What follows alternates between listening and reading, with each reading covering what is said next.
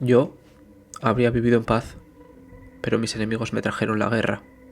Me llamo Darru Delico. Ya conocéis mi historia. No es más que un eco de la vuestra. Durante siglos, millones de personas que viven bajo el suelo de Marte se han alimentado de mentiras desde la cuna hasta la tumba. Ahora, esa mentira les ha sido revelada.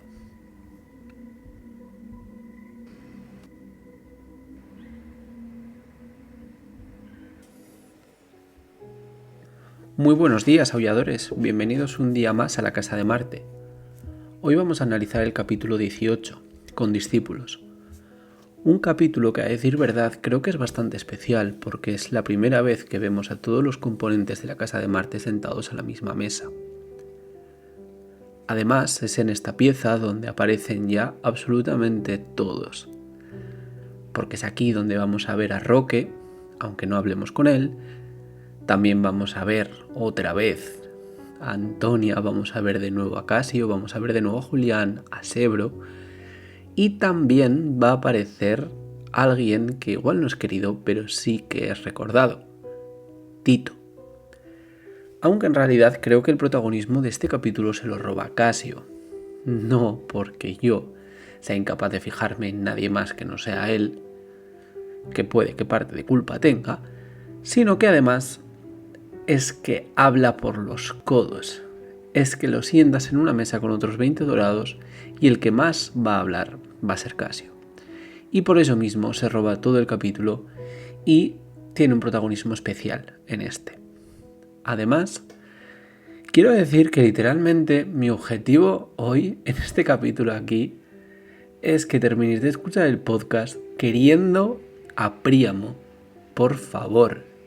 Yo no lo recordaba tanto y ha sido sentarme a analizar este capítulo y decir, joder, Príamo, te quiero. Dios, qué maravilla. Así que nada, no os voy a hacer spoiler, no os voy a comentar nada, os dejo ya con la lectura y nos vemos a la vuelta, como he dicho, para ver a la Casa de Marte sentados a la mesa, para hablar de Casio y para revalorizar a Príamo. Nos vemos a la vuelta.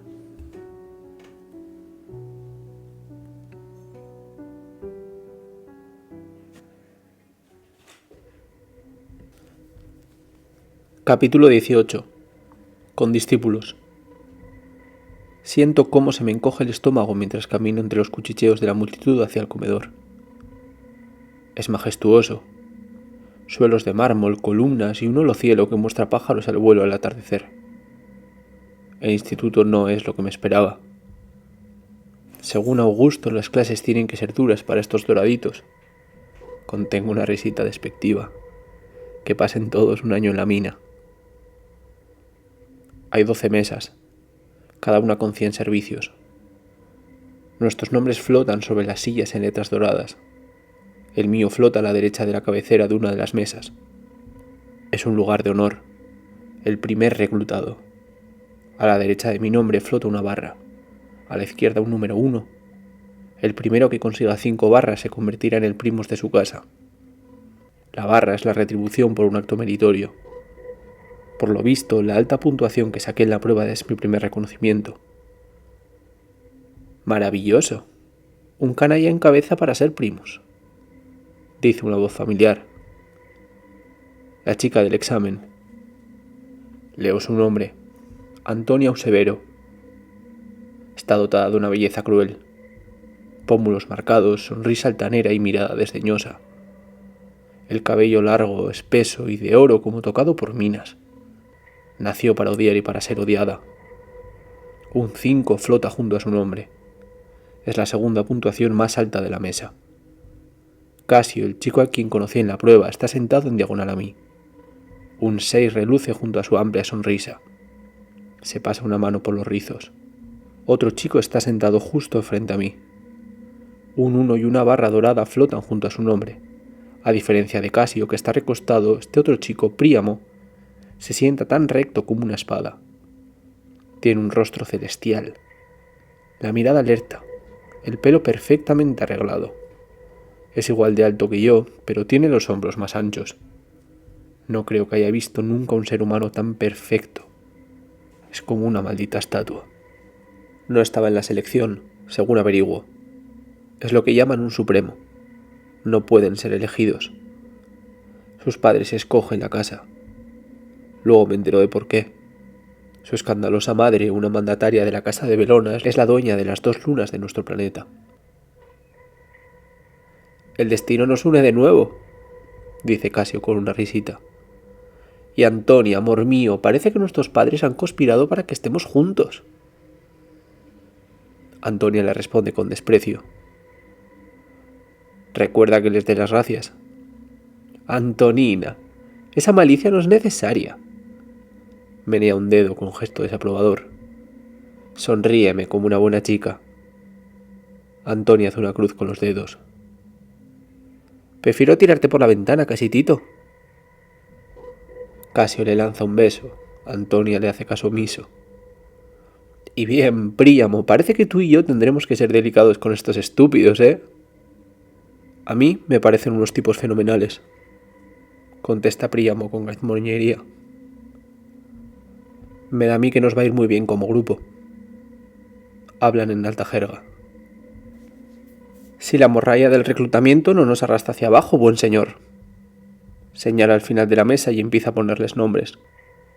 Muecas, por razones obvias. Payaso, por ese ridículo pelo encrespado. Yerbajo, por flaco. Ay, tú eres Cardo porque tienes la nariz tan ganchuda como uno. Ah, ¿y esa cosita chiquitita de ahí que está junto al que parece un bronce? Es Guijarro. Creo que te sorprenderán, dice Príamo en defensa del otro lado de la mesa. Puede que ni sean tan altos, ni tan atléticos, o ni siquiera tan inteligentes como tú o como yo. Si es que la inteligencia puede medirse con esa prueba. Pero no me parece caritativo decir que serán la columna vertebral de nuestro grupo. La sal de la tierra, por así decirlo, buena gente. El chico pequeño de la lanzadera, Sebro, está justo al final de la mesa. Parece que la sal de la tierra no está haciendo amigos. Tampoco yo. Casio mira de reojo mi uno. Le veo admitir que tal vez Príamo haya obtenido mejor puntuación que él, pero se empeña en dejar claro que nunca ha oído hablar de mis padres. Así pues, querido Darrow, ¿cómo hiciste trampas? Pregunta. Antonia aparta la mirada de Arria, una chica bajita de pelo rizado y hoyuelos con la que estaba hablando. Venga, vamos, hombre. Me río. Enviaron a los del Consejo del Control de Calidad a verme. ¿Cómo iba a hacer trampas? Imposible. ¿Tú hiciste trampas? Sacaste una puntuación alta. Hablo en jerga común. Me resulta más cómodo que ese polvo fecal de alta jerga que balbucea Príamo. ¿Yo? ¿Hacer trampas? No, solo que no lo intenté con demasiadas ganas, supongo, contesta Casio. Si hubiera sido listo, habría pasado menos tiempo con las chicas y más estudiando como tú. Está tratando de decirme que si se hubiera esforzado lo habría hecho igual de bien, pero que está demasiado ocupado para dedicarle tanto esfuerzo. Si lo quisiera como amigo, dejaría que se saliera con la suya. ¿Estudiaste? Pregunto. Siento un deseo imperioso de avergonzarlo. Yo no estudié nada. Un escalofrío recorre el aire. No tendría que haberlo dicho. Se me encoge el estómago. Mis modales. El rostro de Casio se agria y Antonia tuerce los labios en una sonrisa desdeñosa. Le he insultado.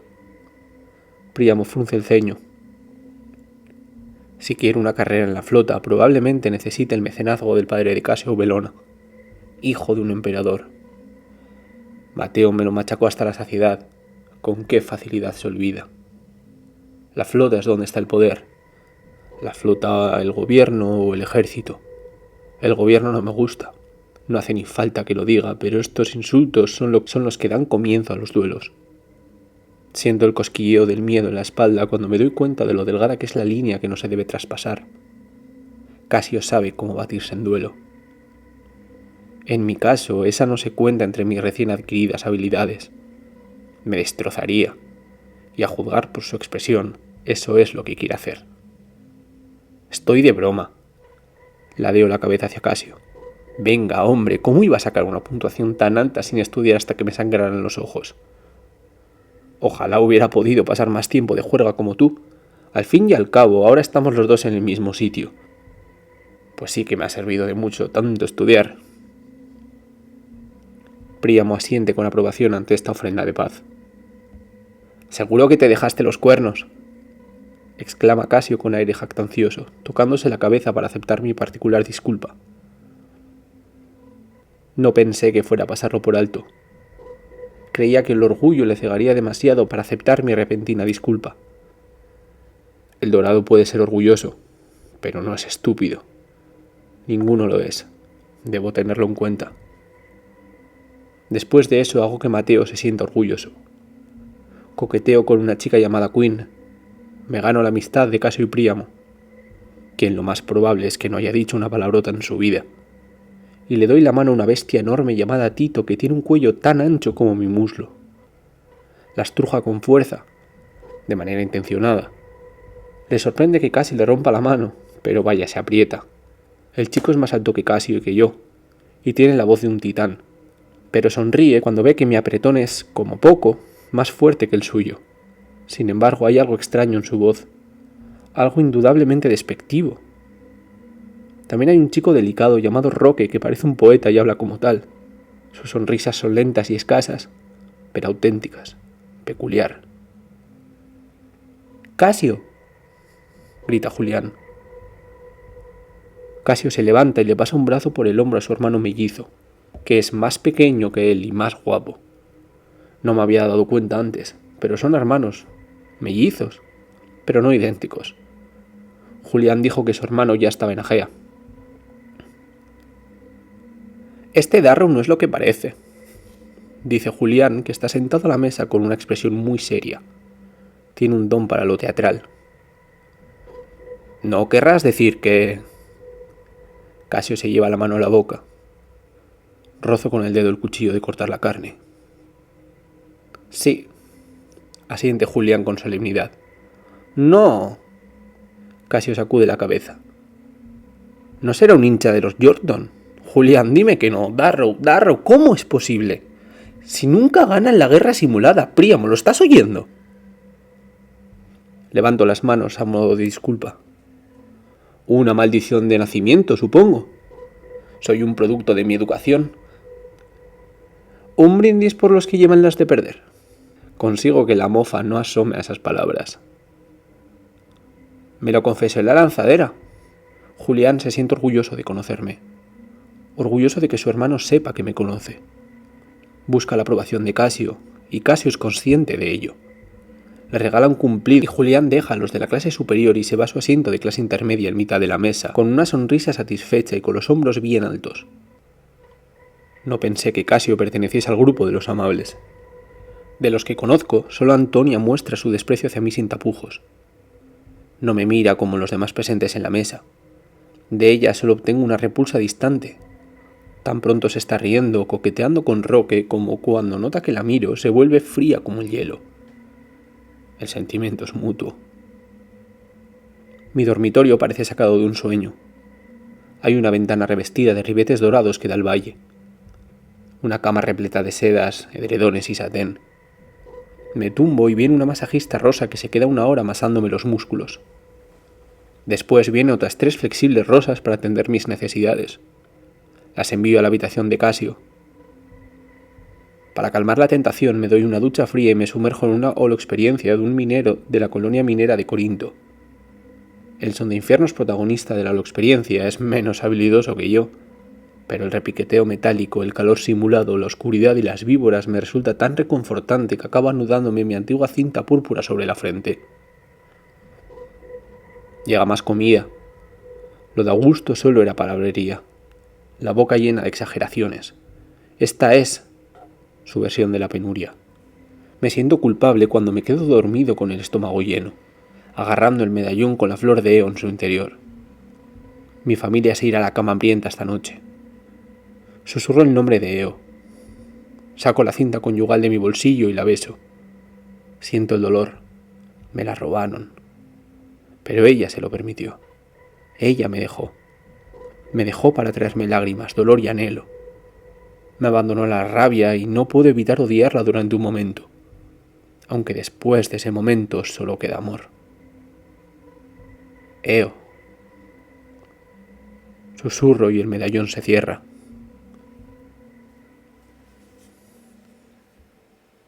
Y hasta aquí lo que sería la lectura del capítulo 18. Espero que, sobre todo, os hayáis fijado en cada intervención de Príamo.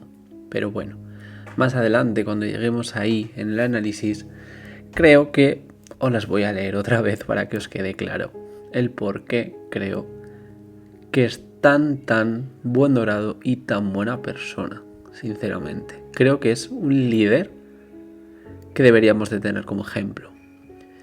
Pero bueno, vamos a volver un poquito al principio, y es que es muy interesante ver aquí a Darrow, su punto de vista, porque hasta ahora lo hemos tenido en minas, hasta ahora lo hemos tenido en locales de los hijos de Ares, lo hemos tenido en manos de Mickey, pero no lo habíamos visto como tal en una institución dorada, como es el instituto.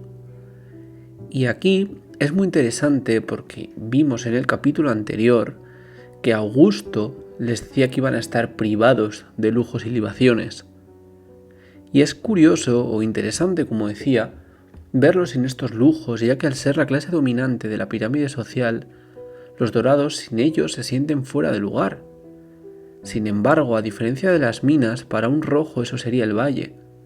Lo que es un lujo para unos son las inmundicias de los otros.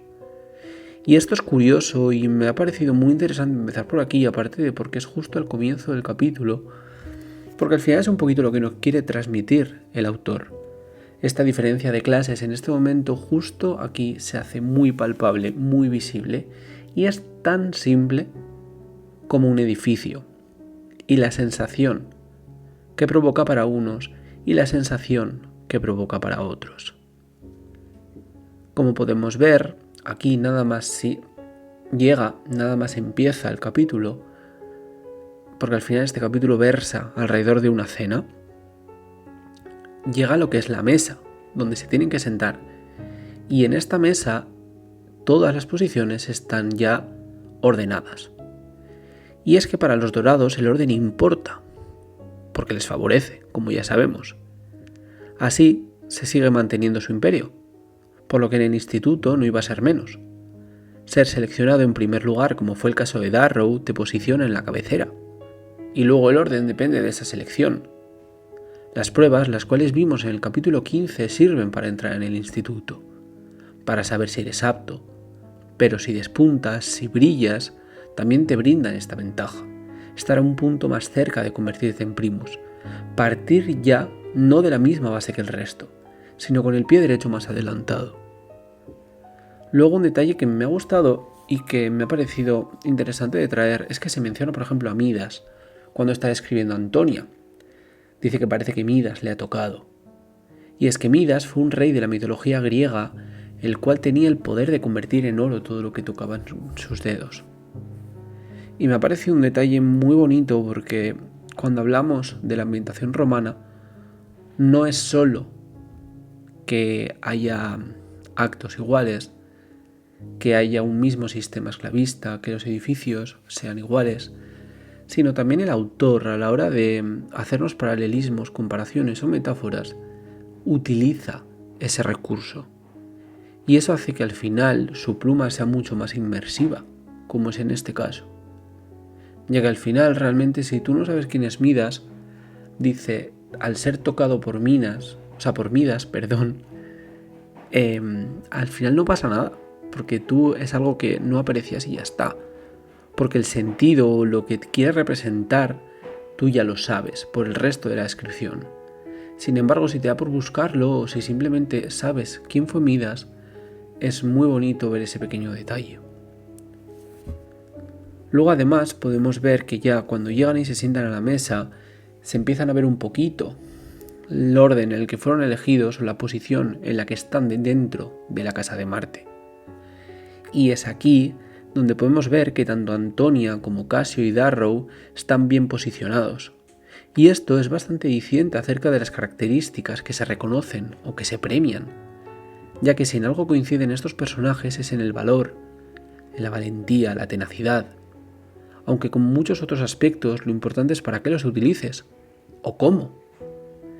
Y ya sabemos que, por ejemplo, Antonia no hará buen uso de ellas. Y Darrow en ocasiones tampoco. Pero ya sabemos un poquito cuáles son esas características que en el capítulo anterior sabíamos que los Proctores iban buscando. Iban buscando lo que todos estos personajes tienen en común. Y es eso. Además, junto con ellos, vemos que, por ejemplo, hay otros personajes como son Muecas, como es Payaso, como es Príamo. Ya hemos llegado al momento. Permitidme hacer este reclamo, por favor, a favor de este querido dorado Príamo. Y es que además Príamo tiene una función muy importante como personaje. No para la trama, me refiero para el lector, ya que tristemente solo aparece en este capítulo.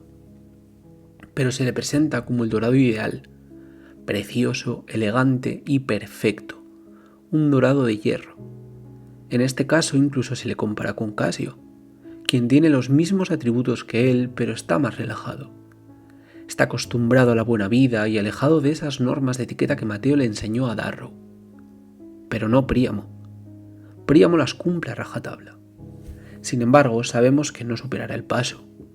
Octavia Unlun lo seleccionará para llevar a cabo la tarea de acabar con Pseudo-Barca, pero el trasgo le sorprenderá, demostrando que los valores de los dorados, la etiqueta, su cultura, las normas, no será lo que los haga invencibles. Además, a este dorado, a Príamo, lo vemos que durante todo el capítulo va teniendo una visión de conjunto y que ya lo que está haciendo es el actuar como si fuese el líder. Ya que, por ejemplo, tiene citas como: a mí me parecen unos tipos fenomenales.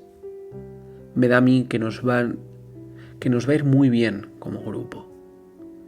Y esta visión de Príamo de conjunto es lo que se espera de alguien que lidera, que se encuentra en lo alto de la pirámide. Está motivando al equipo, viéndolos como comunidad y no como individuos aislados. Príamo Aucan definitivamente es una de las mayores pérdidas de este libro. Y si alguien no lo cree, si alguien de verdad no cree que Príamo sea una de las mayores pérdidas de este libro, por favor, que escriba la razón en comentarios. Porque de verdad que de lo poco que conocemos a Príamo, creo que no hay absolutamente nada que te pueda hacer alzar una ceja. Además, en estas conversaciones como en esta que acabamos de detallar sobre Príamo, podemos ver una conversación casi en un tono humorístico, porque creo que es complicado que no te saque una risa, entre Casio y Antonia, donde literalmente están venga a tirarse pullas. Y es que es una conversación muy cortita que apenas tiene 2 comentarios por parte de Casio, 2 comentarios por parte de Antonia, pero que es una gran presentación de los personajes, ya que los habíamos visto interactuar con Darrow, pero no entre ellos. Y aquí vemos a 2 jóvenes dorados conversando, y además de, como decía, tirarse pullas, vemos que incluso perfilan acuerdos políticos. De hecho, un matrimonio entre un Bellona y una Julie sería muy ventajoso para Marte. Pero como ya sabemos, estuvieron juntos en un pasado, por una noche, por lo que podemos intuir. Pero no funcionó, lo cual lógicamente no creo que le extrañe a nadie, por el carácter de Antonia. En esta conversación rápida se puede palpar que Casio es un canalla, que es segurísimo de sí mismo, y Antonia es directa y mordaz. Y eso en tan solo unas palabras. A mí, por conversaciones como esta, es que pienso que este autor tiene aún muchísimo que darnos, y que es un autor que a día de hoy, para mí, es mi autor favorito, porque estamos hablando de una conversación muy cortita que dice mucho de ambos personajes, que encima te saca una sonrisa y que a la vez ves cómo funciona este mundo. Y este es el primer libro de una saga que lleva escribiendo 10 años, por lo que cuando lleguemos a analizar El portador de luz, aproximadamente dentro de 900 años, podremos ver unas conversaciones muchísimo más pulidas, pero ya desde el principio apuntaba a maneras de que sabía escribir. Vaya si sabía escribir. Además, siguiendo un poquito la estela de este tono jocoso que utiliza Casio durante todo el capítulo, podemos ver que es él el que pone los nombres a los queridos aviadores, que es algo que sinceramente yo no recordaba. Y mira que he leído bastantes veces la saga, pero no me acordaba de que era Casio quien les ponía los nombres a los aviadores, además originales, los que formaban parte de la Casa de Marte desde un inicio, conformando las sombras, claro está. Sobras, perdón, que he dicho sombras. Aquellos que eran seleccionados para morir en el paso. Sin embargo, sabemos que sorprenderán. Y tanto que sorprenderán, de hecho. Vemos también que Casio es consciente de que lo único que le diferencia de Darrow es la familia que tiene detrás, la Gens Bellona, y por eso subraya y deja claro que Darrow tiene más puntuación, pero que sus padres son unos desconocidos. Y es que para alzarse como Primus es importante, y sabemos que este puesto es el objetivo de Casio en el instituto, por lo que necesita hacer ver que Darrow no pertenece a ninguna Gens de renombre, ya que, al final, ha sacado mayor puntuación que él en las pruebas y ya empieza un pie por delante de él. Esto da pie a este pequeño rifirrafe que tienen entre los dos y que al final acaba en nada, pero que al final perfila muy bien lo delicadas que son las relaciones en este universo. Y es que al no conocer todavía a Casio, Darrow, por ejemplo, llega a esta conclusión. Llega a la conclusión de que Casio le está diciendo que si se hubiera esforzado lo habría hecho igual de bien. Nosotros, viéndolo desde otra perspectiva, porque ya hemos leído la saga entera, sabemos que la historia es muy diferente. Casio se ha preparado como el que más, pero no lo admitirá en público, al menos en este punto. Prefiere quedar como alguien descuidado, por eso esa posición dejada en la mesa, tumbado, que como alguien por debajo de otro. ¿Y sabéis de quién ha aprendido este comportamiento? Porque no es complicado y no está lejos. Exacto, de Carnus Au Bellona, su hermano mayor, a quien acompaña a los clubes de perlas en Agea, junto al mejor amigo de Carnus, quien ya, si Carnus es una perlita que nadie querría tener en casa, su mejor amigo es peor, porque aunque es carismático hasta la saciedad, es completamente detestable. Y no estamos hablando de nadie que no sea Apolonio Auvalirrad. Por eso Casio tiene estos dejes de soberbia, aunque en realidad él no sea así, pero es lo que ha aprendido, porque el ejemplo que ha tenido más cerca es Carnus y Apolonio, y eso es una maldita, condenada bomba de relojería. Sin embargo, todo al final queda en nada, porque Darrow consigue disimularlo y sobre todo porque Casio decide pasarlo por alto.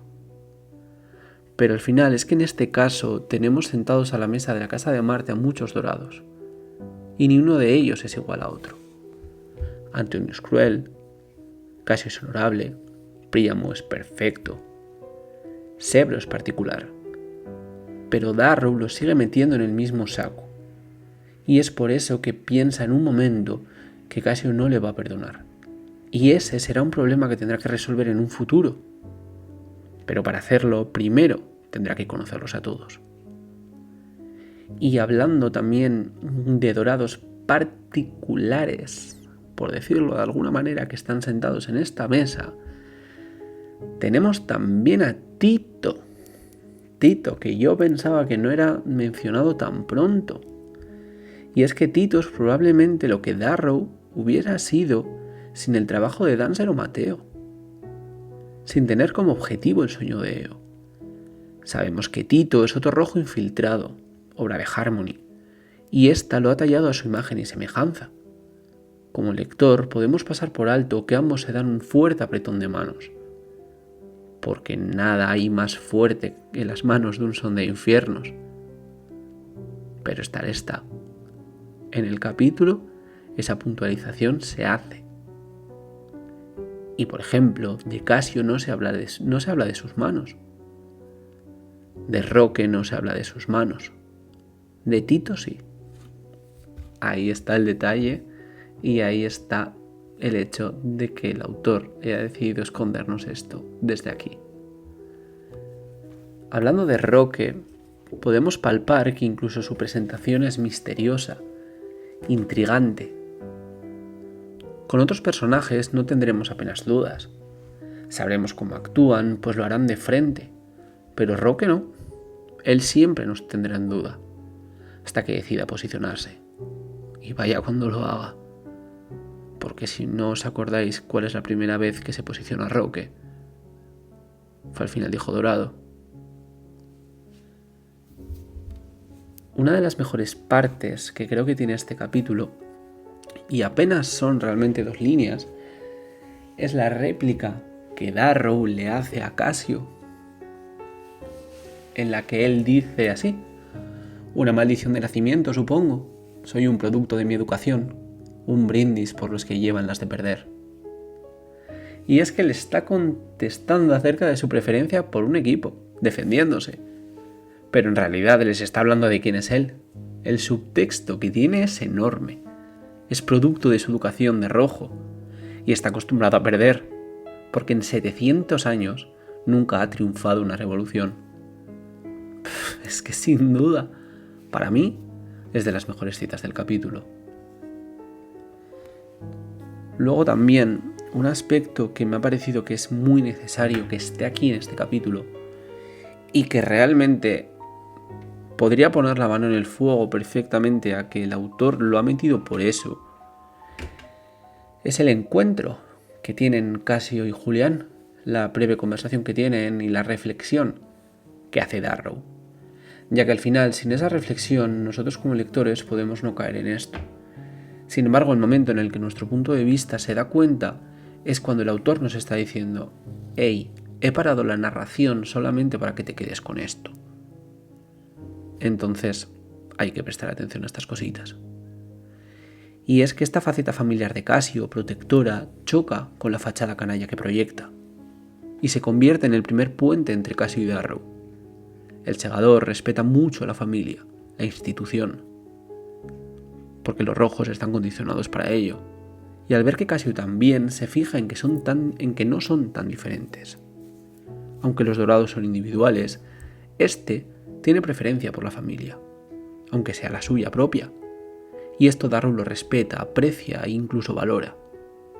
A su vez, este encuentro, que es lo que os decía, sienta las bases para el arco de Casio en el instituto.